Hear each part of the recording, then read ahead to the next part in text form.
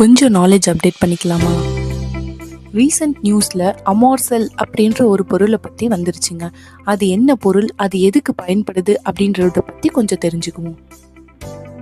அமார்செல் அப்படிங்கிறது ஜப்பானில் இருக்க காமி ஷோஜி அப்படின்ற ஒரு நிறுவனம் உருவாக்கிய ஒரு செல்லுலோஸ் நானோ ஃபைபருங்க.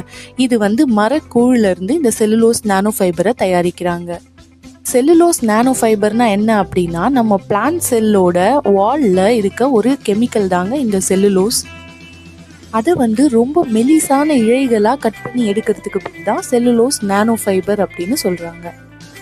இந்த செல்லுலோஸ் நானோ ஃபைபர் பார்த்தீங்கன்னா பிளாஸ்டிக், ஸ்டீல் இது எல்லாத்தையும் விட ரொம்பவும் திடமான ஒரு பொருள்.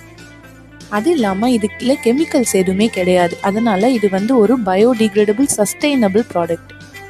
ரீசன்ட் டேஸில் ஜப்பான் பார்த்தீங்கன்னா இந்த ஸ்பேஸ் டெப்ரிஸை கம்மி பண்ணுற முயற்சியில் ரொம்ப தீவிரமாக இறங்கியிருக்காங்க.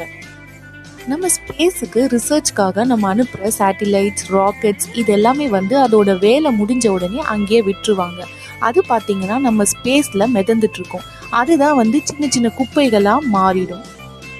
அது மட்டும் இல்லாமல் எரிபொருள் தீர்ந்து போன சேட்டிலைட்ஸ், பேட்டரி ஒர்க் ஆகாமல் போன சேட்டிலைட்ஸ், அதுக்கப்புறம் டெக்னிக்கல் ஃபால்ட்ஸ் இருக்கிற சேட்டிலைட்ஸ் இது எல்லாமே அங்கேயே பல 100 வருஷங்கள் மிதந்துட்டுருக்கோங்க.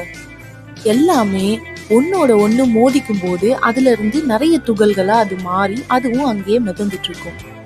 இதனால கெஸ்லர் சிண்ட்ரோம் அப்படின்ற ஒரு விளைவு ஏற்பட்டு நம்மளோட லோ எர்த் ஆர்பிட்டை பயன்படுத்த முடியாத அளவுக்கு அது ஆபத்தில் கொண்டு போய் முடிஞ்சிடும். இந்த ஆபத்தை குறைக்கிறதுக்காக தான் இந்த அமார்செல் அப்படின்ற ப்ராடக்டை ஒரு ஜாப்பனீஸ் கம்பெனி தயாரிச்சிருக்காங்க.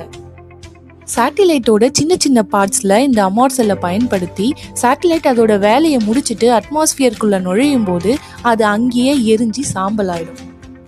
இதனால விண்வெளி குப்பைகள் கம்மியாகி லோ எர்த் ஆர்பிட்டை நம்மளால கிளீனாக மெயின்டைன் பண்ண முடியும்.